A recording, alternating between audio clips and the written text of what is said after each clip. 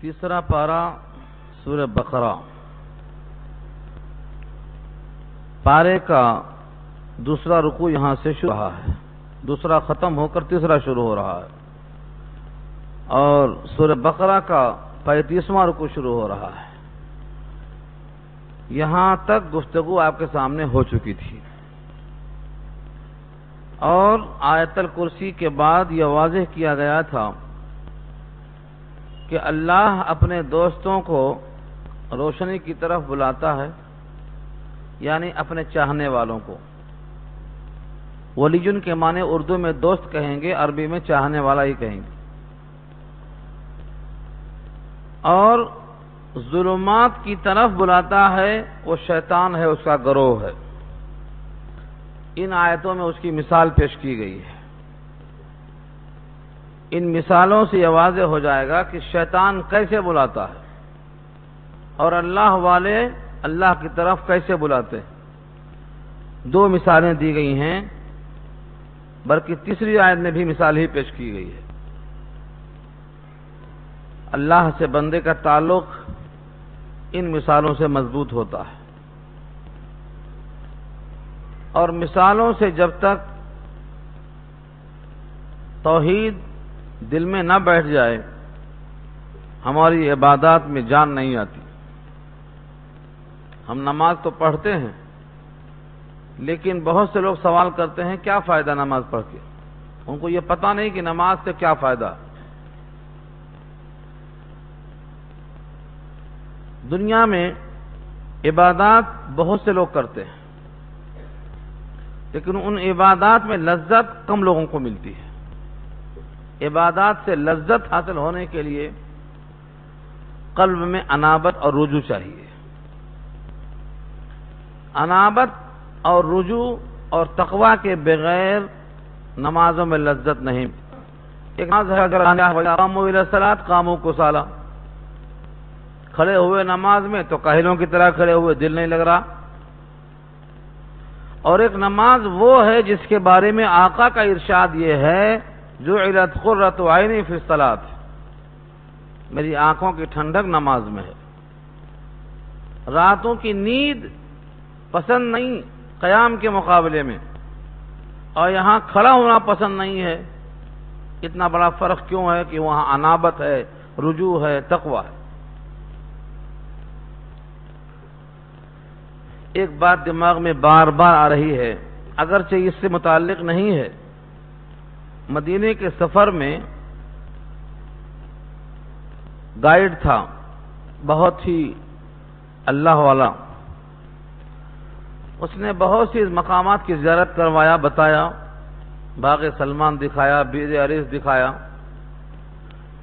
آخر میں اس نے کہا کہ مدینے سے حاجی کھجور لے جاتا، مکے سے زمزم لے جاتا، لے جاؤ، لیکن یاد رکھو یہ ختم ہو جائے گا۔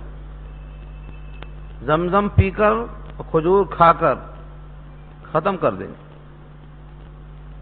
پھر پوچھا کہ مکے میں حضور صلی اللہ علیہ وسلم کتنے سال رہے؟ سب نے کہا 53 سال۔ کہا اور مدینے میں؟ تو سب نے کہا 10 سال۔ کہا نہیں، مدینے میں آج تک ہیں اور قیامت تک رہیں گے۔ اس کے بعد کہا کہ میری خواہش یہ ہے کہ تم مدینے سے مدینے آقا کی فکر لے کر جاؤ۔ کھجور ختم ہو جائے گی، زمزم ختم ہو جائے گا، لیکن مدنی آقا کی فکر لے کر جاؤ، یہ کبھی ختم نہ ہوگی۔ وہ فکر کیا تھی؟ کہ اللہ کے بندے اللہ کے بن جائیں، اللہ کے بندے بندوں کی بندگی سے نکل کر اللہ کی بندگی میں آ جائیں، یہ فکر تھی۔ تو یہ بات ہمیں سمجھنے کی ہے۔ بہت سے حاجی جاتے ہیں، افسوس یہ ہوتا ہے کہ تربیت کے بغیر جاتے ہیں، تربیت نہیں ہو پاتی، اس لیے تعلق کم ہو پاتا ہے۔ اگر تعلق ہو جائے تو وہاں مدینے کی شاپنگ کے بجائے مدنی آقا کی فکر لے کر وہ آئیں۔ اتنے حاجی اگر ہر سال فکر لے کر آئیں تو کائنات تبدیل ہو جائے گی۔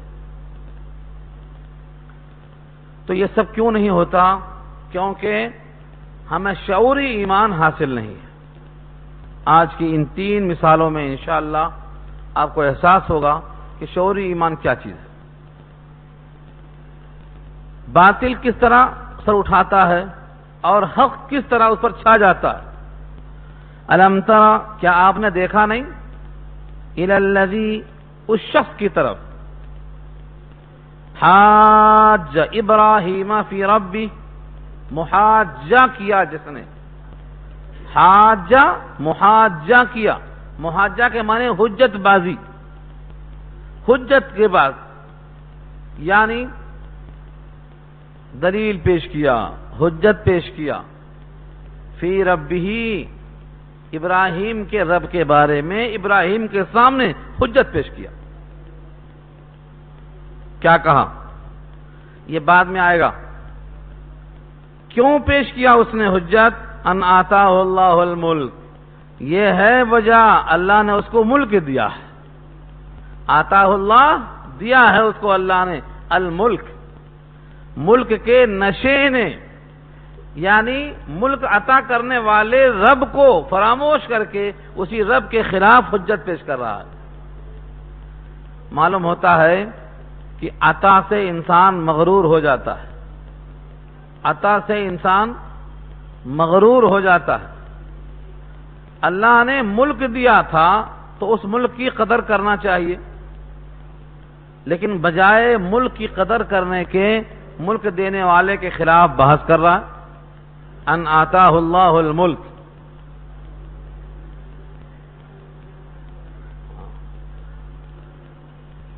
اللہ اکبر، آتاہ اللہ الملک، اللہ نے ملک دیا تھا، احسان نہیں مانا، بلکہ اس احسان کے بدلے میں کیا کیا؟ حجت بازی کیا۔ یہ حجت کب ہوئی؟ جب ابراہیم علیہ السلام نے کہا، اذ قال ابراہیم ربی الذی یحیی ویمیت، جب کہا ابراہیم علیہ السلام نے میرا رب وہ ہے جو زندہ کرتا ہے اور مارتا ہے، الذی یحیی ویمیت، تو یحیی ویمیت اللہ کی شان ہے۔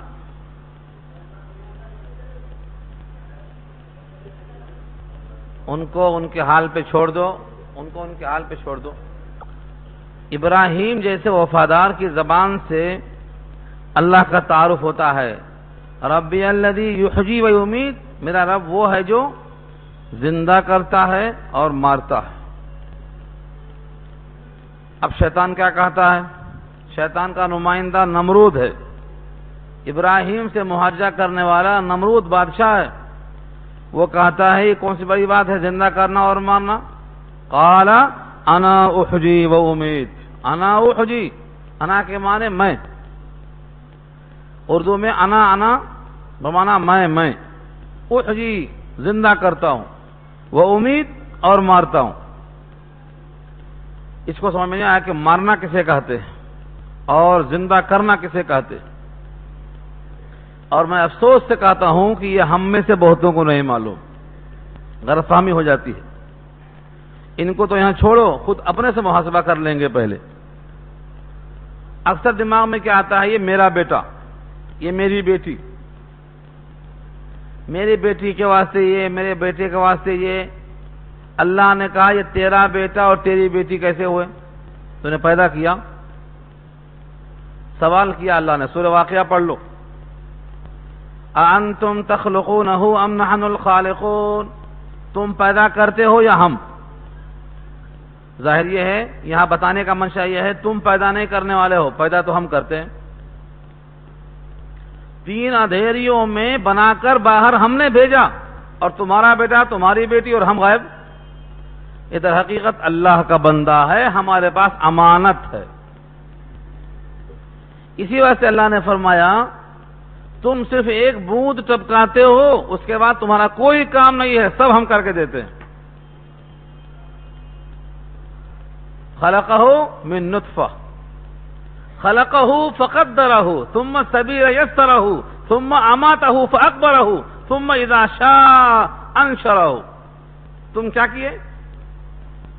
تو تمہارا بیٹا احسان ہے اللہ کا، تمہاری بیٹی احسان ہے اللہ کا، تم نے کچھ نہیں کیا۔ اگر یہ ہمارے سمجھ میں آ جائے کہ ہمارے پاس اللہ کی امانت ہے، ہم سکت کے مطابق اپنا فرض پورا کریں گے، کرے گا تو وہی، تو آدھا غم ختم ہو جائے، آدھا غم ختم ہو جائے۔ ہم نے حرم یہی دعا کی تھی کہ ہم بظاہر دنیا والے سمجھتے ہیں کہ ہماری اولاد ہماری ہے، اور ہم سمجھتے ہیں تو نے پیدا کیا ہے، تیری امانت ہے، تو ہی سمجھا لے۔ بنانا، بگاڑنا، سنوارنا، سعادتیں نصیب کرنا سب تیرے ذمہ۔ تو یہ عام عقیدہ ہے ہمارا بیٹا اور ہماری بیٹی۔ قرآن کا تصور یہ ہے سب اللہ کی مخلوق ہیں، تمہارے پاس امانت ہے، جس طرح تمہارا وجود تمہاری امانت ہے۔ آنکھیں ہماری ہیں مگر بطور امانت کے ہیں، ہاتھ ہے بطور امانت کے ہیں، ہم جو چاہیں نہیں کر سکتے اس سے، اگر ہم کرتے ہیں تو مواخذہ ہوگا۔ جو چاہے نہیں کھا سکتے، حلال کھائیں گے، حرام سے بچیں گے، سچ کہیں گے، جھوٹ سے بچیں گے۔ اگر ہم سب کھا جائیں گے مواخذہ ہوگا، ہم ہر جگہ نہیں چلیں گے، نیکیوں کی طرف چلیں گے، برائیوں سے رکیں گے، ہر طرف جائیں گے مواخذہ ہوگا۔ تو ہمارا وجود ہماری امانت، ہماری اولاد ہماری امانت۔ اس تصور سے آگے چلو، اب سوچو ان کو، انہوں نے کہا میں مارتا ہوں اور جلاتا ہوں۔ ابراہیم علیہ السلام نے کہا دیکھ لیا دماغ کمزور ہے، بدھو ہے، بعض لوگ ہوتے ہیں بدھو، سنبھالنا پڑتا ان کو۔ ابراہیم نے سنبھالا، اور ایسے ماحول میں ایسے لوگوں کو آپ بھی سنبھالو، غصے میں مت آؤ، دیکھ لو سنبھالا۔ یہ نہیں کہا میاں تم احمق ہے۔ کیا کیا تھا اس نے؟ 2 قیدی کو بلایا قید خانے سے، اور ایک کو قتل کر دیا اور ایک کو چھوڑ دیا، کہا دیکھو میں زندہ کرتا ہوں اور میں مارتا ہوں۔ ایک کو زندہ چھوڑ دینا اور ایک کو قتل کر دینا، یہ مطلب ہے زندہ کرنے کا، مارنے کا؟ یہ نہیں کہا کہ تم خفیف العقل ہو، بے وقوف ہو، احمق ہو، تم کو سمجھ میں نہیں آتا، بلکہ فوراً ایک نئی مثال پیش کر دیا، کہا اچھا تم زندہ کرتے ہو، تم مارتے ہو، فَإِنَّ اللَّهَ يَأْتِي بِالشَّمْسِ مِنَ الْمَشْرِقِ، بے شک اللہ لاتا ہے سورج کو مشرق سے، فَأْتِ بِهَا مِنَ الْمَغْرِبِ، تو نکال دے اس کو مغرب سے۔ آج مغرب کے معنی غروب کی جگہ، اور مشرق کے معنی طلوع کی جگہ۔ میرا رب طلوع سے نکالتا ہے اور مغرب میں غروب کراتا ہے، تو آج اس کا الٹا کر دے۔ اب وہاں تک ہاتھ نہیں پہنچتا، ناقل پہنچتی، یہ تو قیدی قبضے میں تھا، جیلر قبضے میں تھا، بلا لیے تھے، یہاں پہنچاؤ ہاتھ، نہیں پہنچتا۔ فَبُهِتَ الَّذِي كَفَرَ، بہتا مبہوت ہو گیا، ہکا بکا ہو گیا، لاجواب ہو گیا۔ کون؟ الَّذِي كَفَرَ، جس نے کفر کیا تھا، کلمہ کفر کیا تھا، بہت ہو گیا۔ واللہ، اور اللہ، لا یہدی، ہدایت نہیں دیتے، قوم الظالمین، ظالم قوموں کو۔ اللہ ہادی ہیں، اللہ ہادی ہیں، ہدایت دینا ان کا فرض ہے، لیکن طلب ہونا ضروری ہے۔ فرمایا اگر کوئی ظالم قوم ہے تو اس کو ہدایت ہم نہیں دیتے۔ ظالم قوم کو ہدایت اللہ نہیں دیتے، کس کو دیتے؟ جس قوم کے اندر طلب ہو ہدایت کی، اس کو دیتے۔ ان اللہ لا یغیر ما بقوم حتى یغیروا ما بانفسهم واذا اراد اللہ بقوم سوءا فلا مرد له، جب تک انسان خود نہیں سنورتا، خود طلب نہیں پیدا ہوتی، خود جنت کے اندر لگاؤ شوق نہیں پیدا ہوتا، طلب نہیں ہوتی، ہدایت نہیں مل سکتی اس کو۔ تو یہ جملہ بہت اہم ہے، چونکہ اس کو سمجھنا نہیں تھا، مبہوت ہو گیا، ہکا بکا ہو گیا، چونکہ یہ ظالم تھا، ہدایت اللہ نے اس کو نہیں دیا۔ اگر یہ ظالم نہ ہوتا تو ہدایت مل جاتی۔ معلوم ہوا ظلم سے بچو، ہدایت ملے گی۔ تو ظلم سے بچنا اور طلب پیدا کرنا۔ ظلم کیا ہے؟ ظلم کے کئی درجے ہیں، ظلم کے درجات ہیں۔ ایک ظلم وہ ہے جو سب سے اعلیٰ درجے کا ہے، وہ کون سا ہے؟ شرک۔ ان الشرک لظلم عظیم، سورہ لقمان پارہ 21۔ تو ظلم کا سب سے اعلیٰ درجہ کیا ہے؟ شرک میں مبتلا ہو جانا۔ ان الشرک لظلم عظیم۔ اور شرک جب ظلم کا اعلیٰ درجہ ہوا تو ادنا بھی تو ہوگا۔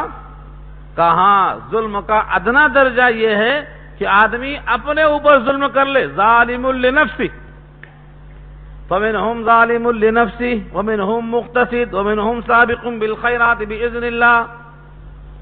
اپنے اوپر ظلم کیا ہے؟ پھر اس کی دو شکلیں ہیں. اصل ظلم کے معنی آتے ہیں کسی کا حق کم کرنا، یہ بھی ظلم ہے. جیسے اللہ نے کہا وَلَا تُظْلَمُ نَفْسٌ شَيْئًا، جب حساب کتاب کیا جائے گا قیامت میں تو کسی کے عمل میں سے کچھ بھی ظلم نہیں کیا جائے گا. یعنی عمل تھا، ثواب غائب ہے، عمل کیا تھا، بدلہ نہیں مل رہا ہے، کسی کا کوئی عمل ذرہ برابر کم نہیں کیا جائے گا. وَلَا تُظْلَمُ نَفْسٌ شَيْئًا وَإِنْ كَانَ مِثْقَالَ حَبَّةٍ مِّنْ خَرْدَلٍ أَتَيْنَا بِهَا، دانا ہوگا تو ہم حاضر کریں گے. تو عمل میں کمی کر دینا بھی ظلم ہے، اجر نہ دینا بھی ظلم ہے، مزدور کی مزدوری نہ دینا یہ بھی ظلم ہے. اور ایک ظلم کے لفظی معنی آتے ہیں جو شے جس مقام پر رکھنی ہے اس پر نہ رکھ کر اس کے بجائے کہیں اور رکھ دینا. یعنی یہ پیشانی ہے، یہ پیشانی کو اللہ نے بنایا ہے جس مقام پر رکھنے کے لیے، وہاں پر نہ رکھ کر کسی اور مقام پر رکھ دینا یہ بھی ظلم ہے. اس کو عربی میں کہتے ہیں وضع الشیء فی غیر محلہ، چیز کو رکھنا غلط محل میں، جو اس کا محل نہیں تھا وہاں رکھ دیا. یہ کیا ہے؟ وضع الشیء فی غیر محلہ، یہ بھی ظلم ہے. یہ سب کے سب ظلم کی قسمیں ہیں. ان میں سے کوئی قسم بھی ہوگی تو اللہ تعالیٰ ظالم کو ہدایت نہیں دے گا. ایک واقعہ ختم ہوا، کہہ رہے ہیں دیکھو شیطان کیسا دعوت دیتا ہے باطل کی طرف اور حق کیسا چھا جاتا ہے. چھا گیا نہیں چھا گیا؟ یہاں پر آپ بھی اگر حق والے ہیں تو باطل سے حجت بازی میں ایسا انشاءاللہ چھا جائیں گے، بشرطے کہ ابراہیم کی طرح وفا ہو، خلت ہو، اللہ سے محبت ہو. اور ایک مثال دے کے فرمایا او مانے یا، اوپر کی مثال یا نیچے کی مثال. کلذی کے معنی ایسا معلوم ہوتا ہے کہ یہ صاف درس ہو چکا ہے، پتہ نہیں کہاں کہاں ہو چکا ہے، جہاں کھولتا ہوں معلوم ہوتا ہے تو ہو چکا ہے. بہرحال یہ عادت سمجھ کر دیتا ہوں. کلذی کاف تشبیہ کے لیے ہے اور الذی سے مثال ہے یا جیسا کہ مرہ گزرا، علی قریۃ ایک گاؤں پر. یہ گزرنے والا کون ہے یہاں نام نہیں دیا اللہ نے، لکھا ہے شارحین نے اس سے مراد حضرت عزیر علیہ السلام ہے جو تورات کے حافظ تھے. تورات کا حافظ ہونا بہت اہم اس لیے تھا کہ قرآن کریم کی طرح وہ آسان نہیں کیا گیا تھا حفظ کرنے کے لیے. قرآن کو اللہ نے آسان بنایا ہے حفظ کرنے کے لیے، پھر بھی بہت سے لوگ محروم ہیں. لیکن تورات کو آسان نہیں بنایا گیا تھا حفظ کرنے کے لیے، پھر بھی وہ حافظ تھے، حافظ تورات تھے. گنے چنے چند لوگ تھے تورات کے حافظ. حضرت عزیر علیہ السلام مرہ کا فاعل ہیں. مرہ علی قریہ، وہ گزرے ایک گاؤں پر. وہی خاویہ، اور وہ گرا ہوا ہے. کہاں گرا ہوا ہے؟ علی عروشہا، اس کی چھتوں پر. چھتوں پر کیسے گرا ہوا ہے؟ پہلے ایک مکان میں کیا گرتا؟ چھت گرتی. چھت گرنے کے بعد اب ان چھتوں پر دیواریں گرتی ہیں. تو فرمایا خاویۃ علی عروشہا، وہ دیواریں مکانات کی ان کے چھتوں پر گری تھی، مطلب کھنڈرات تھے پورے. ان کھنڈرات کو دیکھ کر دل ان کا بھر آیا اور کہا اللہ انہیں کیسے زندہ کرے گا؟ ایسے کھنڈرات. یہاں قبرستان جا کر دیکھ لو، آپ سونامی کی تباہ کاریاں جا کر دیکھ لو، آپ عراق کی بمباریاں جا کر دیکھ لو، مکان تباہ ہوئے ہیں، کھنڈرات میں تبدیل ہو گئے ہیں. ایک انسان دل بھر آتا ہے تو بولتا ہے کہ اللہ انہیں کیسے زندہ کرے گا، دوبارہ تعمیر کیسے ہوگی؟ یہاں وہی کہا انہوں نے قال انا یحیی. انا کے معنی کیوں کر، انا کے معنی کیوں کر یعنی کیسے. یحیی زندہ کرے گا، ہذہ اللہ ان چیزوں کو اللہ، بعد موتہا ان کے پورے ڈیڈ ہونے کے بعد. دیوار نہیں، چھت نہیں، مکان نہیں، مکین نہیں، جانور نہیں، سب ختم، کھنڈرات میں تبدیل۔ اللہ نے کہا تجھ پر میں ظاہر کروں گا، تجھ پر میں مشاہدہ کرواؤں گا۔ فَأَمَاتَهُ اللَّهُ، اسی کو اللہ نے موت دے دیا۔ یہ تصور کرنے والے کو اسی مقام پر موت دے دیا۔ فَأَمَاتَهُ اللَّهُ، اللہ نے ان کو موت دے دیا۔ ثابت کیا ہوا؟ موت دینا اللہ کا کام ہے، مارنا اللہ کا کام ہے۔ فرشتہ تو ذریعہ ہے، فرشتے کو غصہ مت دکھاؤ، فرشتہ خود نہیں آتا، بھیجا ہے اللہ نے، فلاں کو لے کے آؤ۔ آپ کو تو خوش ہو کر جانا چاہیے، ارے مر گیا، رو رہے ہیں، پیٹ رہے ہیں، نوحہ کر رہے ہیں۔ چلا گیا تو کہاں گیا؟ کیا خود چلا گیا؟ نہ جانے پر قادر، نہ آنے پر قادر۔ مالک نے بلایا تھا، مالک کے پاس گیا ہے، انا للہ کہہ دینا کافی ہے، رونے پلانے کی کوئی ضرورت نہیں۔ چلا گیا، جہاں کا پرندہ تھا وہاں چلا گیا اڑ کے۔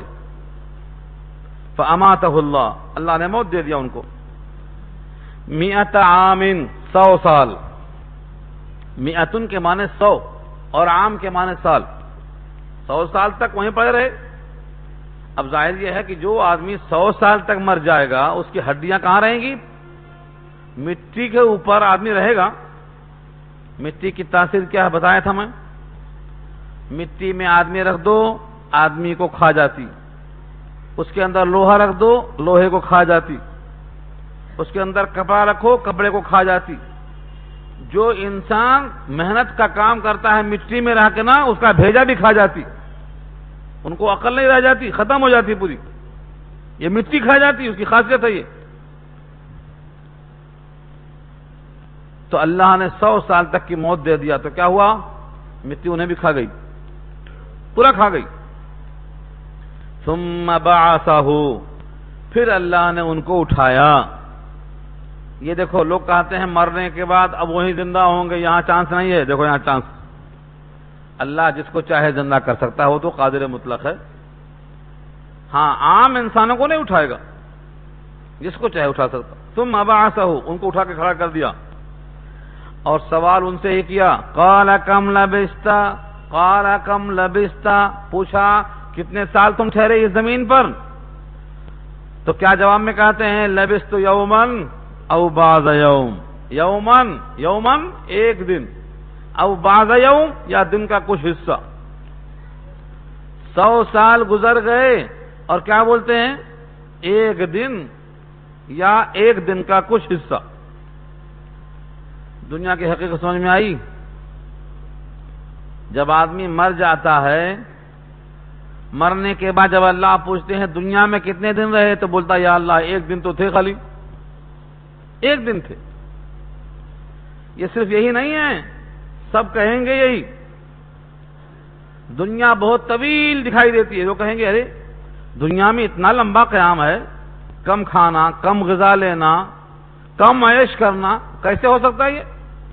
جب اللہ قیامت میں پوچھیں گے کتنے دن تھے دنیا میں، کہے گا یا اللہ کأن لم یلبثوا الا ساعة من نہار، دن کا تھوڑا سا حصہ تھا، دن میں دن کا تھوڑا سا حصہ۔ اور کیا کہا سورہ نازعات میں؟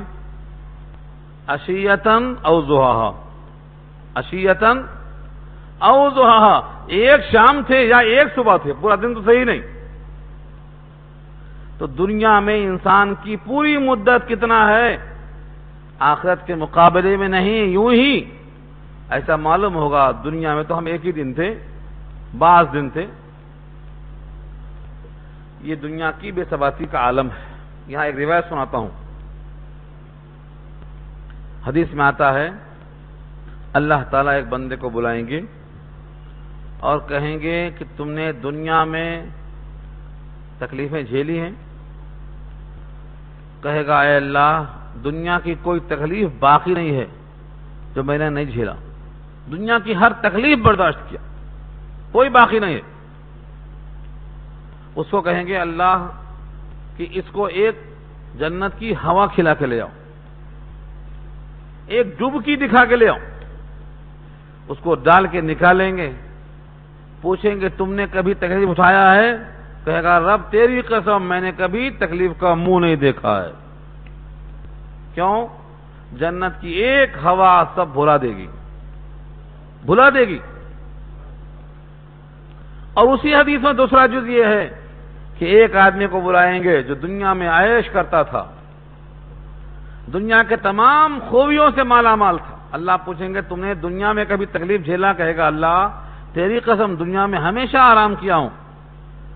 کہیں گے فرشتوں سے کہ اس کو ذرا ایک جھونکا دلا کے لاؤ، جنت میں تھوڑی دیر نہیں جہنم میں تھوڑی دیر دکھا کے لاؤ. پھر اس سے پوچھیں گے تم نے کبھی آرام کیا ہے؟ کہے گا اے رب تیری قسم میں نے کبھی آرام کا منہ نہیں دیکھا ہے.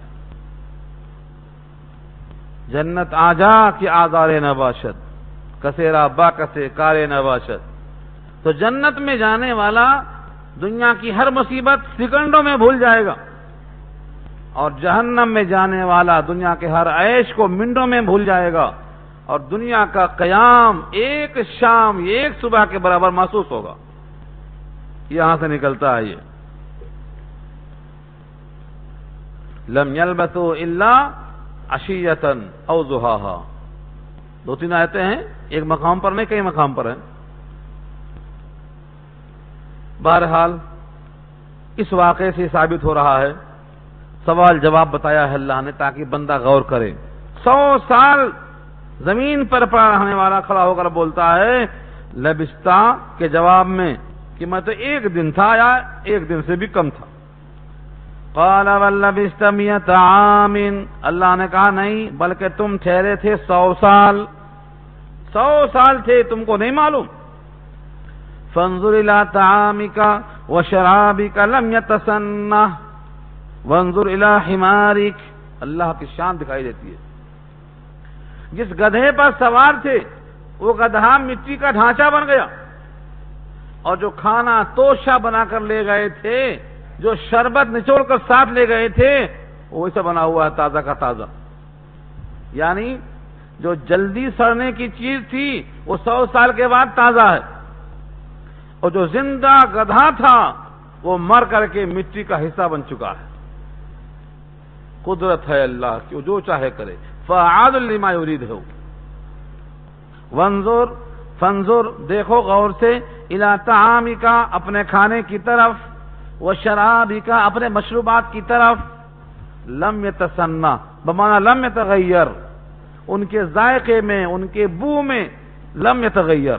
لم یتسنہ کا ترجمہ ہے لم یتسنہ لم یتغیر، کوئی تغیر نہیں پیدا ہوا اس کے اندر، تازہ کا تازہ. وانظر الی حمارک اور دیکھو اپنے گدھے کی طرف، اس کا حال کیا ہے. یہاں چھوڑ دیا اللہ نے، گدھے کا حال نہیں بتایا. شارح نے لکھا ہے کہ گدھا بالکل مٹی بن چکا تھا، اس کا کوئی حصہ باقی نہیں تھا. اب اس گدھے کو زندہ کر کے دکھائیں گے. وَجَعَلَكَ آیَةً لِلنَّاسِ اور تاکہ ہم بنا دیں تجھ کو نشانی لوگوں کے واسطے. وانظر الی العظام اب غور سے دیکھو ہڈیوں کی طرف. کس کی ہڈیاں ہیں یہ؟ اس زندہ گدھے کی ہڈیاں ہیں. کیف ننشزھا کیسے ہم ابھارتے ہیں اس کو.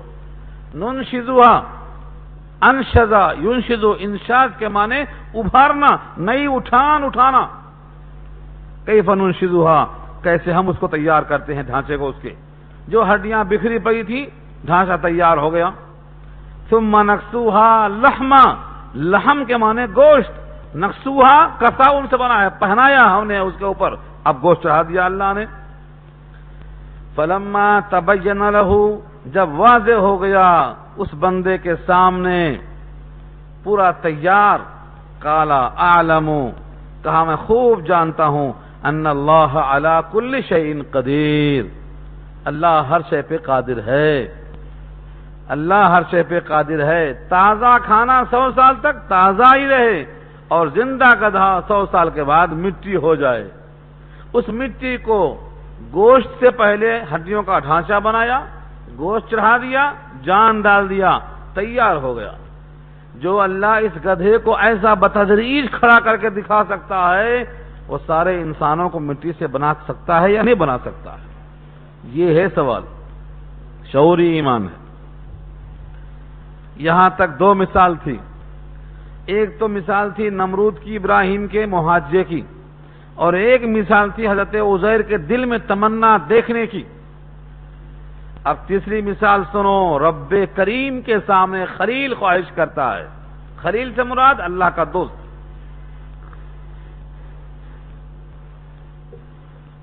پہلے نمرود نے ابراہیم سے کہا تھا، اور یہاں عزیر کے دل میں خیال آیا تھا، اور اس میں کیا ہو رہا ہے؟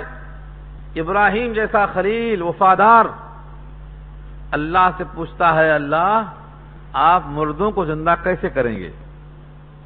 اوپر کے مشاہدے میں دیکھو کتنا پکا مواحد ہے، لیکن دل میں کوئی بات کا آنا اور اپنے سے اعلیٰ درجے والے سے سوال کرنا، معلومات حاصل کرنا، یہ خلیل کی سنت۔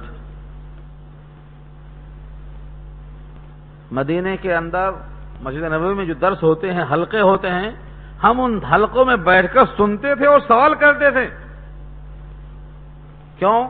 کیونکہ علم کی محفلوں میں شریک ہونا، ان سے استفادہ کرنا اور اپنے سے زیادہ جاننے والوں سے معلومات حاصل کرنا ابراہیم کی سنت ہے۔ دیکھ لو آپ، ابراہیم کو معلوم تھا اللہ زندہ کریں گے، لیکن کیسے زندہ کریں گے وہ کیفیت نہیں معلوم تھی، وہ کیفیت مشاہدے میں آ گئی، اطمینان ہو جاتا۔ دیکھو سوال جواب، وَإِذْ قَالَ إِبْرَاهِيمُ رَبِّ أَرِنِي، اور جب کہا ابراہیم علیہ السلام نے، اے میرے رب دکھا دے مجھ کو، کیف تحیی الموتى، کیف تحیی الموتى، کیفا مانے کیسے، تحیی آپ زندہ کریں گے، الموتى مردوں کو۔ اگر یہاں فوراً جواب دیتے تو لوگ بولتے شاید ابراہیم کو شک تھا، اسی لیے اللہ نے ان کو مشاہدہ کروا دیا۔ ابراہیم ہی کو شک تھا تو ہم کو شک کیوں نہ ہو، یہ مسلمان کہتا۔ اس لیے رب کریم نے پہلے یہ شک کو سوال جواب کر کے باطل کر دیا۔ سوال جواب کیا کیا؟ قال اولم تؤمن، ابراہیم کیا تجھ کو یقین نہیں؟ اولم تؤمن، کیا تجھے ایمان نہیں؟ قال بلا، ہاں کیوں نہیں، ایمان تو ہے، مردے زندہ ہوں گے، ایمان ہے، یقین ہے، لا ریب، اس میں کوئی شک نہیں ہے، پھر کیوں چاہتا مشاہدہ؟ ولیکن، لیکن لیطمئن قلبی، اطمینان قلب چاہتا ہوں۔ ایک تو ہے یقین، ایک ہے اطمینان قلب۔ یقین ہے کہ ساری کائنات مرے گی، یقین ہے کہ اللہ سب کو زندہ کریں گے، یقین ہے کہ اللہ ہر شے پہ قادر ہیں، لیکن جب اس کا مشاہدہ کریں گے کہ مردوں کو زندہ کیسے کریں گے تو اس کیفیت سے دل میں اطمینان پیدا ہوگا۔ ہم جانتے ہیں کہ کسان کھیت میں غلہ لگاتا ہے اور غلہ کھیت سے پیدا ہوتا ہے، لیکن جب دیکھ لیتے ہیں کہ غلہ کیسے ڈالتا ہے، وہ کیسے اگتا ہے، کیسی بالیاں پھوٹتی ہیں، کیسے پکتا ہے، پھر روٹی بن کے کیسے سامنے آتا ہے، تو سامنے مشاہدات آتے ہیں، اطمینان قلب نصیب ہوتا ہے۔ اللہ نے کہا ٹھیک ہے، مشاہدہ کرائے دیتے ہیں۔ قال فخذ، کہا پس پکڑ لو، فخذ پکڑ لو، اربعۃ من الطیر، چار پرندے، اربعۃ چار، من الطیر پرندے۔ یہاں لکھا ہے شارحین نے اسے مراد کون سے پرندے ہیں؟ چار قسم کے الگ الگ، مور، مرغ، کبوتر، کوا، مور، مرغ، کبوتر، کوا۔ حضرت شیخ الہند لکھتے ہیں کہ ان چاروں کو پکڑا، یہ الگ الگ کیوں؟ تاکہ محسوس ہو اللہ ہر جنس پر قادر ہے۔ یہ نہیں ہے کہ خالی مرغ کو زندہ کرنے پر قادر ہے، ہر جنس پر، ہر پرندے پر، ہر حیوانات پر۔ تو چار پرندوں کو پکڑا، مور، مرغ، کبوتر، کوا، اور اس کے بعد کہا ان کو کچھ دن پال لو، تم سے مانوس ہو جائیں، تم کو ان کو پہچان ہو جائے، ورنہ کہیں گے تو دوسرا پرندہ ہے، ہم تو تھے ہی نہیں، ہم دوسرا پکڑے تھے ہاتھ میں، تیسرا کہاں سے آ گیا، چوتھا کہیں سے اور آ گیا، نہیں۔ فَصُرْهُنَّ إِلَيْكَ، فَصُرْهُنَّ إِلَيْكَ کے معنی اس کو اپنے سے ہلا ملا لو، مانوس کر لو، انسیت پیدا کر لو، تعارف ہو جائے۔ جو مرغیاں پالتے ہیں ان سے پوچھو، ان کو معلوم ہے، کچھ دن کے بعد تعارف گھر ہو جاتا، دوڑتے پیچھے پیچھے اس کے، تو مانوس کر لو، فَسُرْهُنَّ إِلَيْكَ۔ اور یہ مانوس کرنا مطلوب ہے، جانور سے مانوس ہونا، مانوس کرنا ثابت ہوتا ہے، حکم ہے اللہ کا یہاں، حکم ان کے لیے تھا لیکن عام ہوگا یہ۔ قربانی کے بکرے بھی گئے لائے کاٹ دیے، مزہ نہیں آتا، پال کر دیکھو اس کو، پال کر دیکھو تاکہ ذبح کے وقت محبت ہو، معلوم ہو اسماعیل کو ابراہیم نے محبت سے کاٹا تھا، خدا کے حکم کے لیے محبت کو ذبح کر دیا تھا۔ یہاں تو بے دردی ہے، گئے لائے کاٹ دو، تم کاٹ دو مولوی صاحب، ہم کو کاٹنا بھی نہیں آتا، لائیں گے دوسرے صاحب، کاٹیں گے تیسرے صاحب، کیا قربانی ہے، کیا جذبہ ابھرے گا اس سے؟ مانوس کرنا ہے اس کو پہلے، فَسُرْهُنَّ إِلَيْكَ، قربان کرو۔ اب فرمایا ثُمَّ اجْعَلْ عَلَى كُلِّ جَبَلٍ مِّنْهُنَّ جُزْءًا، اجعل کے معنی رکھو، ہر پہاڑ پر ان میں سے ایک ایک جز۔ جز کا مطلب کیا ہوتا؟ قیمہ۔ جز کیسے ہوتا؟ اس پہ سر، اس پہ دھڑ، اس پہ پر کیسے رکھیں گے؟ ذبح کر کے قیمہ کریں گے تب تو رکھیں گے۔ چنانچہ انہوں نے کئی پہاڑوں پر بکھیر دیا، ایک پہاڑ پہ سر رکھا، ایک پہ پر رکھا، ایک پہ دھڑ رکھا، تقسیم کر دیا۔ ثم ادعوہن، پھر ان کو بلاؤ، مرغ تو مرغ آئے گا، کبوتر آئے گی، جس کو پکاریں گے وہی آئے گا۔ یاتینک سعیا، سعیا کے معنی دوڑتا ہوا آئے گا۔ ابراہیم نے ایسا کیا یا نہیں کیا اس کا ذکر تو نہیں ملتا آیتوں کے اندر، لیکن خدا کا حکم ابراہیم ٹال دیں یہ ممکن نہیں ہے، جبکہ وہ خواہش کے مطابق ہو تو یقیناً ذبح کیا ہوگا، ان چاروں کے گوشت کو رکھا ہوگا، بلایا ہوگا، سب دوڑ کے آئے ہوں گے۔ ثابت کیا ہوا اس سے؟ اللہ چاہے تو ان اجزاء کو، بکھرے ہوئے اجزاء کو ابراہیم کی بول پہنچا دے، اور یہاں سے سڑ، وہاں سے پر، وہاں سے دھڑ اٹھ کر جڑ کر سامنے آ جائیں۔ اس میں کیا ہوا؟ ابراہیم کا معجزہ، اللہ کا فعل۔ جتنے معجزے ہیں کس کے فعل ہوتے؟ اللہ کا فعل نبی کے ہاتھ پر ہو تو معجزہ، اللہ کا فعل ولی کے ہاتھ پہ ہو تو کرامت، اللہ کا فعل کافر کے ہاتھ پہ ہو استدراج اور ڈھیل کہا جاتا ہے۔ ہر فعل اللہ کا ہوتا ہے۔ یہاں سے بعض نااہل لوگوں نے کیسا غلط استعمال کیا، دیکھو آیت کو کیا کہتے ہیں؟ ہر مردہ سن لیتا ہے، اسی واسطے ابراہیم کی آواز مرغ سن لیا، کبوتر سن لیا، کوا سن لیا۔ سوال یہ ہے اللہ نے حکم دیا تھا، اسی لیے اللہ نے ان کو سنوایا۔ اللہ جس کو چاہے سنوا سکتا ہے، وَلَكِنَّ اللَّهَ يُسْمِعُ مَن يَشَاءُ۔ یہ آیت 22واں پارہ سورہ فاطر کی آیت نمبر 22 ہے، کھول کر دیکھو۔ وَمَا أَنْتَ بِمُسْمِعٍ مَّن فِي الْقُبُورِ، جس کو آپ چاہیں نہیں سنوا سکتے، اللہ چاہے سنوا سکتا۔ یہی واقعے کے اندر درج ہے، سنوا دیا ابراہیم نے کو آواز۔ بتانا کیا ہے؟ وَعَلَمْ أَنَّ اللَّهَ عَزِيزٌ حَكِيمٌ، جان لو کہ بے شک اللہ حکمت والا ہے اور غلبے والا ہے، وہ جو چاہے فیصلہ کر سکتا ہے۔ تو 3 واقعے ہو گئے الگ ترتیب۔ پہلے واقعے میں باطل کا ٹکراؤ تھا حق سے، معلوم یہ ہوا اگر بندے کی خواہش واجبی ہے تو اللہ انکار نہیں کرتے، بندے میں طلب صادق ہے تو اللہ عطا فرماتے، اور اگر بندے کی طلب صادق ہونے کے باوجود مصلحت کے خلاف ہے تو اللہ اس کا معاوضہ دیں گے، آخرت میں رد نہیں کریں گے۔ یہ میں کیوں کہہ رہا ہوں؟ ہم نے بعض لوگوں سے سنا ہے، وہ بولتے ہیں اللہ دعا قبول نہیں کرتا، اتنا دعا مانگتے ہیں کشمیر کے لیے، فلسطین کے لیے، عراق کے لیے، سنتے ہی نہیں۔ یہ غلط تاثر ہے۔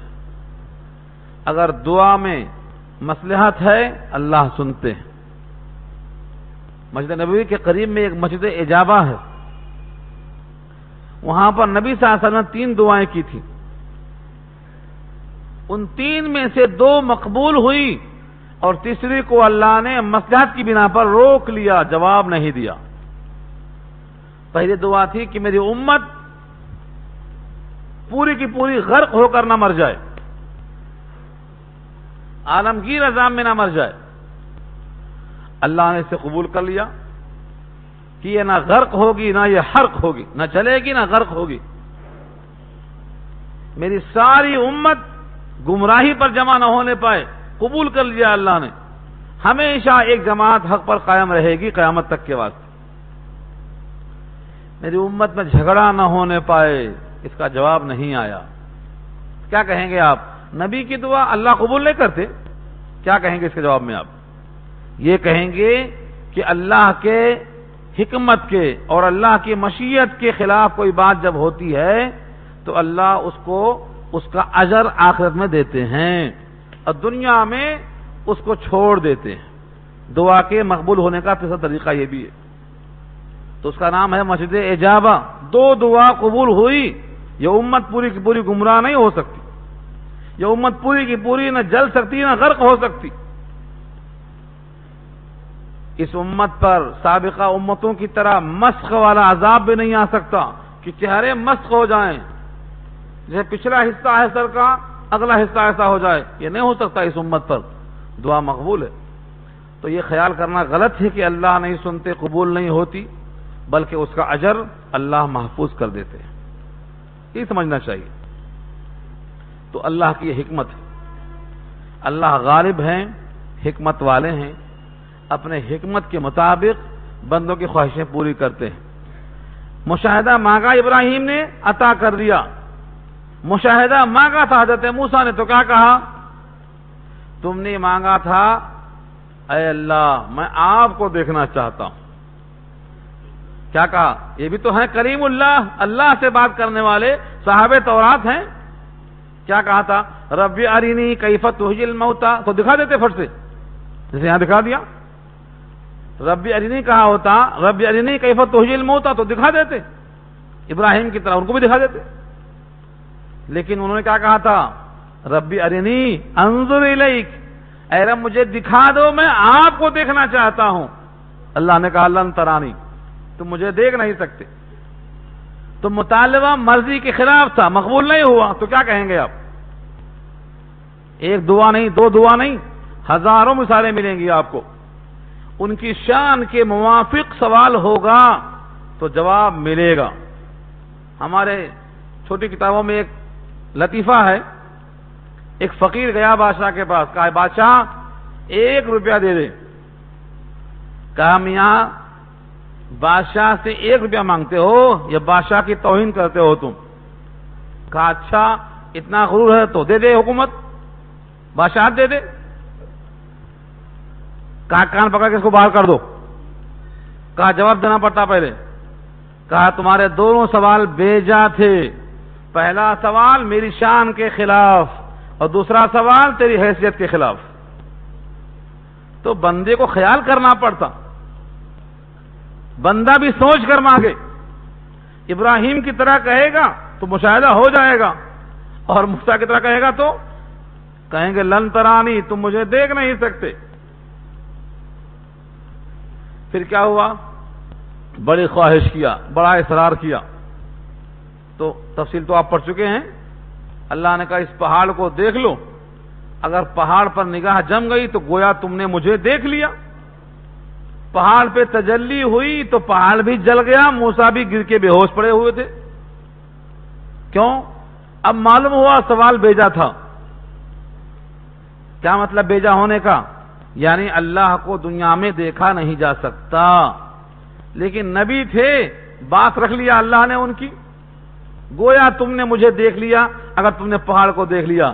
جب ہوش آیا تو کیا کہا؟ توبہ کرتا ہوں میں تیری طرف، سبحانک، پاک ہے تیری ذات، میں توبہ کرتا ہوں تیری جناب میں۔ تو سوال بیجا نہیں کرنا، سوال صحیح کرنا۔ اور ایک واقعہ لکھا ہے اسی میں، آگے آ رہا ہے۔ حضرت موسیٰ علیہ السلام نے کہا تھا قوم کے نمائندوں کو چن لو، 70 کو پکڑ کے لے گئے۔ 70 ہیں یہاں نہیں ہے، نہیں معلوم، وہ 70 چن کے لائے تھے موسیٰ علیہ السلام، لے کے گئے اللہ کے پاس۔ تاکہ یہ 70 کے 70 نمائندے گواہیاں دیں کہ تورات اللہ نے دی ہے اور ہم اللہ کے ہم کلام ہیں اور امت ان کی بات مانے۔ 70 کے 70 وہاں پہنچ کر کیا بولتے ہیں؟ ہم کیسے مان لیں کہ یہ آواز اللہ کی ہے؟ ہم تو اللہ کو دیکھ نہیں گے۔ ارنا اللہ، دکھا دو ہمیں اللہ کو۔ جب تک ہم اللہ کو دیکھیں گے نہیں، ایمان لائیں گے نہیں۔ ہاں، کیسے یقین کر لیں ہم کہ اللہ کی آواز ہے؟ اچھا، یہ جرأت ہے؟ کیا ہوا؟ سوال بھیجا ہے کہ نہیں بھیجا ہے؟ تو کیا کیا اللہ نے؟ ان 70 کو ہلاک کر دیا۔ اللہ نے کہا گستاخ ہے یہ، 70 کے 70 کو ہلاک کر دیا اللہ نے۔ حضرت موسیٰ رونا شروع کر دیا، یا اللہ، یہ 70 کو مارنا تھا تو میرے ساتھ کیوں مارتے؟ پہلے مار سکتے تھے آپ۔ اب میں چن کے لایا ہوں، قوم میں جاؤں گا، قوم کیا کہے گی؟ لے کے گئے اور ختم کرا کے لائے، چن چن کے مروا دیے۔ اتہلکنا بما فعل السفہاء منا ان ہی الا فتنتک تضل بها من تشاء وتهدی من تشاء انت ولجنا فاغفر لنا وارحمنا وانت خیر الغافرین۔ سورہ اعراف میں دعا آ رہی ہے، یہ پہلے ہی مار دیتے، ان کو مارنا تھا۔ کچھ بیوقوفوں نے بیوقوفی کی بات کہی ہے، کیا ان کی بیوقوفی سے پوروں کو مار دیں گے؟ ہاں، وصول تو یہی ہے، اگر ایک بیوقوفی کرتا ہے تو پورے مارے جاتے ہیں۔ سعدی نے لکھا ہے گلستہ میں، جو از قوم یکے بے دانشی کرد نہ کہرا منزلت ماند نہ مہرا۔ اگر پوری قوم میں سے کوئی ایک بیوقوفی کر دیتا ہے، نہ چھوٹے کی عزت باقی رہتی نہ بڑے کی باقی رہتی۔ گیہوں کے ساتھ گھن کا پسنا چلا آیا ہوتے ہوئے دستور ہے یہ۔ لیکن موسیٰ کی دعا تھی تو اللہ نے ان کو پھر حیات دے دیا۔ یہ واقعہ پھر پڑھنا سورہ اعراف میں آ رہا ہے۔ تو میں یہاں سے عرض کرنا چاہتا ہوں، اللہ سے مانگو تو اپنی حیثیت بھی دیکھو اور اللہ کی شان بھی دیکھو۔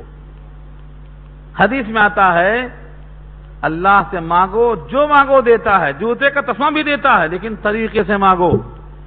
مکھی کو مارنے کے لیے توپ کی حاجت نہیں رہتی۔ کیوں مارتے توپ سے مکھی کو؟ اللہ سے وہ مانگو جو دوسرا دے ہی نہیں سکتا، اور وہ ہے اس کی رضا۔ اللہ سے رضا مانگو۔ محمد از تمی خواہم خدارا، خدایا از تو عشق مصطفیٰ۔ اے محمد صلی اللہ علیہ وسلم، ہم تم سے اللہ کو مانگتے ہیں، اور اے اللہ تم سے محمد کی رضا کو مانگتے ہیں۔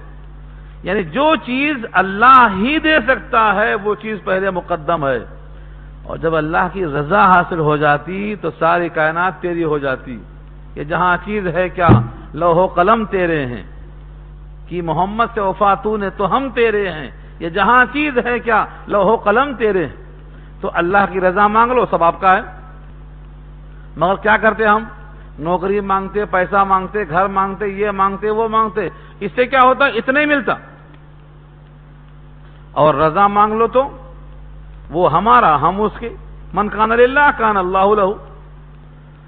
تو ان 3 سوالات میں بات عرض کر دینا چاہتا ہوں کہ ہمیشہ اپنی حالت بھی سامنے رہے اور اللہ کی بادشاہ بھی سامنے رہے۔ کیسا بادشاہ ہے؟ کئی واقعات ملتے ہیں دعاؤں کے سلسلے میں۔ دعا کی اہمیت، دعا کی کیفیت ایک مستقل عنوان ہے۔ ہم نے اس پر 1 گھنٹے کا بیان ریکارڈ کروایا ہے۔ جو لوگ سننا چاہیں اس کو لے کے سنیں، مسلسل 1 گھنٹے کا بیان ہے وہ۔ یہاں اتنا ہی کافی ہے۔ اب اس کے بعد ایک نیا پروگرام مثال دے کے بتایا اللہ تعالیٰ نے۔ چونکہ اوپر سے ذکر کس کا چل رہا تھا؟ اللہ نے بہتوں کو بلند کیا ہے، اور اللہ تعالیٰ نے جس کو چاہا ہے، جو چیز چاہا عطا کر دیا ہے۔ اللہ کے راستے میں جب آدمی اپنے آپ کو لگاتا ہے تو وہ ضائع نہیں ہوتا ہے۔ جیسے ایک کسان زمین میں دانہ ڈالتا ہے، بظاہر وہ دانہ جا رہا ہے ہاتھ سے، گھر میں ہوتا تو روٹی بنتی، چاول بنتا، کھانا استعمال میں آتا، غذا بنتا، لیکن بظاہر اس کے ہاتھ سے جا رہا ہے۔ اللہ فرماتے ہیں ہر کسان جانتا ہے کہ جا رہا ہے، مگر خوشی سے ڈالتا ہے۔ کیوں ڈالتا ہے بھائی؟ معلوم ہے؟ اپنی آنکھوں پر یقین ہے، اپنے مشاہدے پہ یقین ہے اپنے تجربے پہ یقین ہے کہ ایک دانہ ڈالیں گے تو اس میں 7 بالیں نکلیں گی اور ہر بالی میں 100 دانے ہوں گے، لہذا ایک ڈال کر ہم 700 دانے کے مالک بنیں گے۔ اس لیے کسان خوشی سے ڈالتا ہے، نہیں ہے تو قرضہ لے کے ڈالتا ہے، اوپر سے دوا اور پانی بھی ڈالتا ہے۔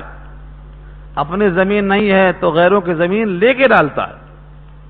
اللہ فرماتے ہیں کیا تم کو اپنی آنکھوں پر یقین ہے، اللہ کے وعدوں پر یقین نہیں ہے؟ اس کی مثال دے کے فرمایا مثل الذین ينفقون اموالهم فی سبیل اللہ کمثل حبۃ، اللہ اکبر، کیسی مثال دیا اللہ نے۔ جو کسان آنکھوں سے دیکھتا ہو، مشاہدہ کرتا ہو، دانہ جا رہا ہے، حقیقت میں لے کے آ رہا ہے، ایک دانہ 700 دانوں کو لے کے آ رہا ہے۔ ایسے ہی جو بندہ اللہ کے راستے میں خرچ کرتا ہے وہ اپنے ساتھ ایک کے بدلے 700 دانے لے کے آتا ہے۔ یقین ہے؟ حدیث میں آتا ہے جب بندہ حج پہ خرچ کرتا ہے اور عمرے پہ خرچ کرتا ہے، کیا سمجھتے لوگ؟ لاکھوں روپے چلا گیا، لاکھوں روپے چلا گیا۔ حدیث میں آتا ہے اس چلے جانے کو تو نظر آتا ہے لیکن لگ کے کتنا آئے گا نظر نہیں آتا۔ المعتمرین والحجاج، عمرہ کرنے والے اور حج کرنے والے وفد اللہ، اللہ کا وفد ہے۔ جب یہ مانگتے ہیں تو اللہ عطا فرماتا ہے، اور جو یہ خرچ کرتے ہیں اس کا بدل عطا فرماتا ہے، اور ہمیشہ کے لیے ان سے فقر کو ختم کر دیتا ہے۔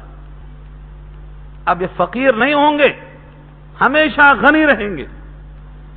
اور غنا صرف مال کا نام نہیں ہے، غنائے نفس اصل چیز ہے، غنائے نفس حاصل ہو جاتی ہے۔ تو بظاہر کیا ہوا؟ لاکھوں روپے چلا گیا حاجی کا، لیکن اللہ فرماتے ہیں نہیں، ایک دانہ خرچ کریں گے تو اس کی مثال اس دانے کی ہے جہاں 7 بالیاں اگتی ہیں، چاہے وہ دانہ خرچ ہو حج میں یا زکوٰۃ میں یا تعمیر مسجد میں یا تعمیر مدرسہ میں یا قرآن کریم کی اشاعت میں یا غریبوں کی دیکھ بھال کرنے میں، یتیموں بیواؤں پر، چاہے جہاں خرچ کریں اللہ کے راستوں میں، اللہ فرماتے ہیں ایک دانے کی مثال، مثل الذین، مثال ان لوگوں کی، ينفقون، جو خرچ کرتے ہیں، اموالہم، اپنے مالوں کو، اموال مال کی جمع ہے، فی سبیل اللہ، اللہ کے راستے میں۔ فی سبیل اللہ سے مراد کیا ہے؟ ہر کار خیر ہے، ہر کار خیر کو بولتے ہیں فی سبیل اللہ۔ لیکن حدیث شریف میں آیا ہے، ابو داؤد کی روایت ہے، جب مطلق کہا جائے گا فی سبیل اللہ تو اس سے مراد ہوگا حاجی اور غازی، حاجی اور غازی۔ ایک صاحب نے کہا کہ اللہ کے رسول یہ میرا اونٹ ہے، میں نے منت مانا تھا کہ اس کو میں اللہ کے راستے میں خرچ کروں گا، فی سبیل اللہ، یہ آپ کے حوالے ہے۔ آپ نے کہا لے جاؤ اس کے اونٹ کو حاجیوں کے قافلے میں دے دو۔ معلوم کیا ہوا؟ فی سبیل اللہ کا مصداق حاجیوں کا قافلہ اور غازیوں کا قافلہ، یعنی مجاہدین کا قافلہ ہے۔ تو فی سبیل اللہ کا اصل مصداق کون ہے؟ حاجی اور غازی، اس کے عموم میں سب داخل ہیں۔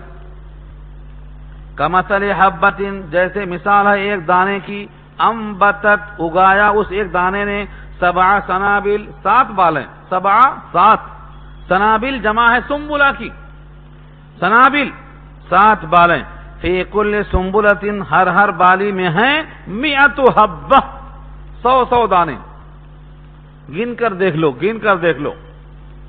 ہم الحمدللہ کسان بھی ہیں، پہلے کسان ہیں، یہ تو محض اللہ کا فضل ہے کہ گاؤں سے بلا کر بٹھایا شہر میں۔ اور آپ کو شاید یہ نہیں معلوم ہے، گاؤں سے شہر بلانا یہ اللہ کی طرف سے ایک بہت بڑی نعمت ہے۔ سنایا تھا میں آپ کو، گاؤں میں مشاہدہ کرواتے پہلے، ایک دانے میں 7 بالیاں ہوتی ہیں اور سب میں 100 دانے ہوتے ہیں، گن کر دیکھ لو، وہاں توڑ کر 100 دانے ہوتے ہیں۔ یہ مثال کسان کو نہیں معلوم ہوتی، کیوں؟ بتاتا ہی نہیں کوئی، وہاں قرآن کون کھولتا؟ قرآن کھول کر بتانے والا، سمجھانے والا انہیں کون دیتا؟ جتنے علماء ہیں بھاگ کے شہر میں آ جاتے، ہم بھی تو بھاگ کے شہر میں آ گئے۔ اب آپ کا فریضہ ہے کہ گاؤں بھیجو علماء کو۔ حضرت یوسف علیہ السلام جب ملاقات ہوئی ان کے والد سے تو کہا اللہ کا شکر ہے جس نے آپ کو گاؤں سے شہر میں یعنی ملک مصر میں بلا لیا۔ یوسف رکوع آخری پڑھ کر دیکھ لو، وجاء بکم من البدو، تم کو بلا کے لایا گاؤں سے شہر کی طرف، تو اللہ کی شان ہے یہ۔ جلالین کے حاشیے پر ایک روایت دیکھا میں، اسی آیت کے تحت لکھا ہوا ہے من یرید اللہ بہ خیرا ینقلہ من البادیہ الی الحاضرہ، جب اللہ تعالیٰ کسی بندے پر خیر کا فیصلہ کرتے ہیں تو اسے گاؤں سے شہر منتقل کر دیتے ہیں۔ جتنے امام گزرے ہیں گاؤں سے شہر میں آئے، امام بخاری شہر میں گاؤں سے آئے، امام مسلم، امام ابو داؤد، امام نسائی، سب کے سب گاؤں میں پیدا ہوئے، شہر میں بھاگ کے آئے، کیونکہ شہر میں زیادہ خدمت ہوتی ہے۔ لیکن ایسی چیزوں کا مشاہدہ شہر میں نہیں ہوتا، گاؤں میں ہوتا ہے۔ آپ جا کر دیکھیں کبھی کبھی، قل سیروا فی الارض، زمین میں سیر کرو، دیکھو ایک دانے میں 7 بالیاں اور ہر بالے میں 100 دانے ہوتے ہیں۔ واللہ یضاعف لمن یشاء، اور اللہ دوگنا کرتا ہے، یضاعف بڑھاتا ہے، لمن یشاء جس کے واسطے چاہتا ہے۔ یہاں ایک بات اور عرض کر دوں، بعض دفعہ دانے سے بالیاں ہی نہیں نکلتی، اور بعض دفعہ بالیاں پانی کے بغیر خشک ہو جاتی، اور بعض دفعہ 2 بالیوں میں دانے آتے باقی میں دانے نہیں آتے۔ یہ سب کیا ہے؟ یہ بتانا ہے کہ تم نے ٹائم پر پانی نہیں دیا، تم نے ٹائم پر کھاد نہیں دیا، تم نے توجہ نہیں کیا۔ یہ دلیل ہے کہ جب دینے والا عدم اخلاص سے دیتا ہے تو اس کے دانے میں 700 گنا اضافہ نہیں ہوتا ہے۔ یہ ہے لمن یشاء کا مطلب، خلوص سے دیں گے، توجہ کے ساتھ دیں گے، عمدہ مال دیں گے۔ کیا ہوتا ہمارے پاس کھانا سڑ گیا، گھر میں کوئی نہیں کھائے گا، دے دو اللہ کے نام پہ، یہ دیں گے تو اضافہ ہوگا۔ قرآن کریم کے اسی صفحے میں آگے روایت آ رہی ہے، آیت کے الفاظ موجود ہیں، ایسی چیزیں اللہ کے راستے میں مت دو کہ اگر تم کو دیا جائے تو تم خود قبول نہ کرو، مگر یہ کہ چشم پوشی کر جاؤ، آنکھیں بند کر کے لے لو۔ جب تم کو پسند نہیں ہے تو وہ چیز تم اللہ کے نام پہ کس طرح دے سکتے ہو؟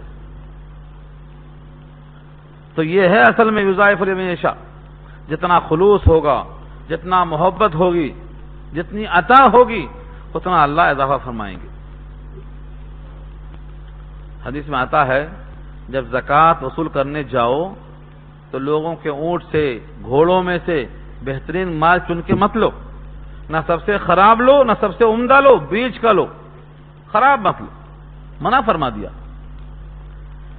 اور 3 کا واقعہ لکھا ہے بخاری کے اندر، بہت طویل واقعہ ہے، وہ تنہا 1 گھنٹہ چاہتا ہے اکیلے، ایک حدیث بہت طویل ہے۔ اس میں سے ایک ہے جس کے بال نہیں تھے، گنجا تھا، اور ایک وہ تھے جس کے جسم میں پورے چمڑے خراب ہو گئے تھے، کوڑی ہو گیا تھا، ایک تھا جو اندھا تھا۔ تینوں دعا کرتے ہیں، قصہ طویل ہے، اشارہ کرتا ہوں میں، تینوں دعا کرتے ہیں، اللہ اگر ہم کو ایسا دیا تو ایسا کریں گے، ایسا دیا تو ایسا کریں گے۔ سن لیا اللہ نے، ان کے بال ٹھیک ہو گئے، ان کی کھال ٹھیک ہو گئی، ان کی آنکھ ٹھیک ہو گئی، سب ٹھیک ہو گئے، اب پیسہ کمائے، خوب مالدار ہوئے۔ فرشتہ بھیجا اللہ نے، جا کے مانگ کے لا میرے نام پہ۔ فرشتہ بشکل فقیر کھڑا ہو کے مانگتا ہے، بولتا ہے میاں اللہ کے نام پہ دے دو۔ کہا جاؤ میاں، بڑی محنت کیا ہوں میں۔ فرشتہ یاد دلاتا ہے کیا تمہارے جسم پر چمڑا خراب نہیں تھا؟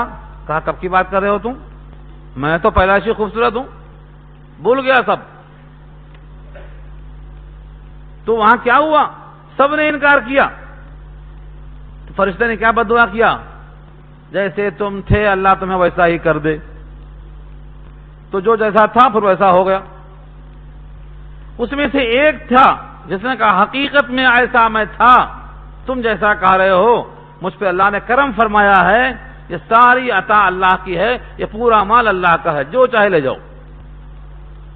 فرشتہ کہتا ہے مجھے تم سے لینا نہیں ہے، مجھے لینا دینا کچھ نہیں ہے، میں تو امتحان لینے آیا تھا تم پاس ہو، یہ دونوں فیل ہو گئے۔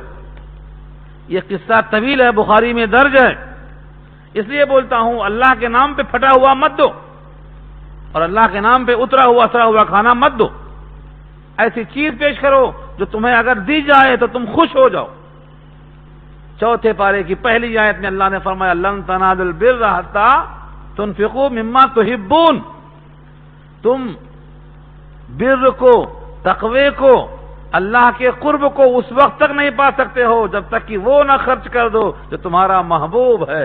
تحبون، محبوب ہے۔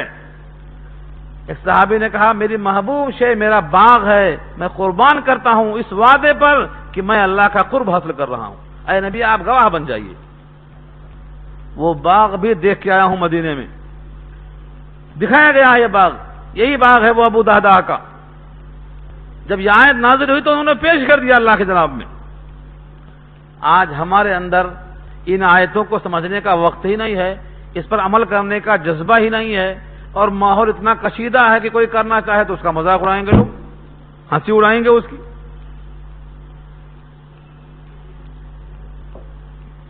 کوئی شادی کر لیا بغیر دہیج کے، بغیر جھوڑے گھوڑے رقم کے، کہیں کہ الو ہے یہ، پیسہ آگا ساتھ چھوڑ دیا اس نے، کیونکہ ماحول لینے کا ہے۔ تو ماحول خراب ہو گیا، اس کو اچھا بنانا ذمہ داری ہماری ہے۔ آگے فرمایا واللہ واسع علیم، اللہ وسعت والے ہیں اور علم والے ہیں۔ الذین ينفقون اموالهم فی سبیل اللہ، جو لوگ خرچ کرتے ہیں اپنے مال کو اللہ کے راستے میں، ثم لا يتبعون ما انفقوا منا ولا اذى، پھر نہیں پیچھے لاتے ہیں اس کے جو انہوں نے خرچ کیا ہے احسان کو اور نہ تکلیف کو۔ کبھی کبھی دے کر تانا مارتے ہیں، ارے میاں بھول گئے تم کو دیا تھا میں اس دفعہ، تم پر یہ کیا، تم پر یہ کیا، تم پر وہ کیا۔ من کے معنی احسان جتانا، اور اذا کے معنی تانا دینا، تکلیف پہنچانا۔ تو دو شرط ہے، خرچ کرنے کے بعد اگر کوئی تانا مارتا ہے اجر باطل، طنز کرتا ہے اجر ختم، کیونکہ دو شرطیں ہیں، ثم لا يتبعون ما انفقوا منا ولا اذى، نہ من لائے نہ تکلیف لائے، لہم اجرہم عند ربہم، ان کے لیے ان کے رب کے پاس ان کا اجر ہے، ولا خوف علیہم، نہ ان پر خوف ہوگا، ولا هم يحزنون، نہ وہ غمگین ہوں گے۔ تو دینا اچھی چیز، اور دینے کے بعد نہ احسان جتانا نہ تکلیف پہنچانا، یہ سوچنا کہ اللہ کا بندہ قبول کر لیا اور میرے لیے اجر کا سبب بن گیا۔ قیامت سے پہلے سن لو، حدیث مبارک ہے، ایک زمانہ آئے گا لوگ رقم لے کے پھریں گے، کہیں گے قبول کر لو، اور کوئی نہیں ملے گا قبول کرنے والا، قبول کرے گا نہیں تو اجر ملے گا نہیں۔ احسان مانو کہ ابھی قبول کرنے والے باقی ہیں۔ ایک صاحب کے پاس پہنچے گا، وہ کہے گا ابھی تم نے دیر کر دیا، تھوڑا پہلے اگر لائے ہوتے تو میں قبول کر لیتا، اب تو میں قبول نہیں کروں گا۔ حدیث میں آتا ہے یہ زمانہ آنے سے پہلے خرچ کر لو، بیماری سے پہلے صحت کو غنیمت جانو، موت سے پہلے حیات کو بہتر سمجھ لو، فقر و فاقے سے پہلے مالداری کو غنیمت سمجھ لو، بندگی کے لائق ہو ابھی بندگی کر لو، خرچ کرنے کے موقع میں ہو خرچ کر لو، مبادا وہ وقت آ جائے جب اس کام کے قابل نہ رہ جاؤ گے۔ یہاں تک مضمون پورا ہونے سے پہلے ابھی کچھ حصہ باقی ہے۔ اگر کوئی خرچ نہیں کر سکتا تو اس کے بدلے میں کیا کر سکتا ہے، وہ ہے زبان سے بہتر بول دینا، بڑی قیمت ہے اس کی بھی۔ تو انشاءاللہ گفتگو یہاں سے آئندہ ہفتے میں ہوگی۔ اب 3 بج چکا ہے، دعا کر لیں کہ اللہ تعالیٰ جو باتیں کہی گئی ہیں سنی گئی ہیں عمل کرنا آسان فرمائیں، اور جو خامیاں کوتاہیاں ہیں اپنے کرم سے معاف فرمائیں۔ میرے بھائی